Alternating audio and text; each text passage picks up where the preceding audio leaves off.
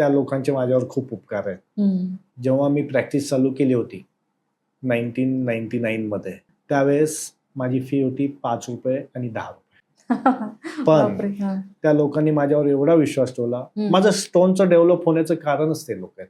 कारण बरेचसे पेशंट यायचे, सर 12 mm चा स्टोन आहे, 15 mm चा स्टोन आहे, ऑपरेट सांगितलंय, घराची परिस्थिती नाहीये, कमवणारे 2 जण आहेत, घरात 6 माणसं आहेत हार्डली, म्हणजे आमचं रोज भागवणं मुश्किल आहे ऑपरेट. एक तर मग आम्ही जे होईल ते होईल, किंवा तुम्ही काही करू शकत असेल तर बघा.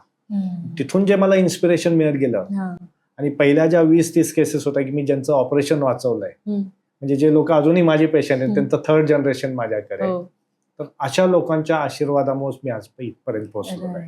आणि ते माझं क्लिनिक म्हणण्यापेक्षा आता ते पूर्ण एरिया माझं फॅमिली झालेलं आहे.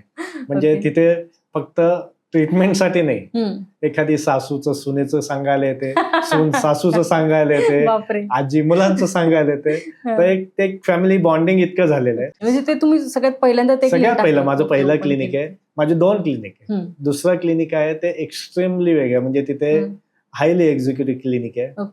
बऱ्याचदा मला आता लोक म्हणतात, सर तुम्ही इकडे एवढं मोठं चालू केलं, इथे वेळ नसतो, तुम्ही वस्ती एरियातलं क्लिनिक बंद करा. पण ते पॉसिबल नाही आहे. त्या याच्यावरून मी इथपर्यंत आलेलो आहे. एक वेळेस मी इकडचं बंद करेल, पण तिकडचं नाही बंद करणार.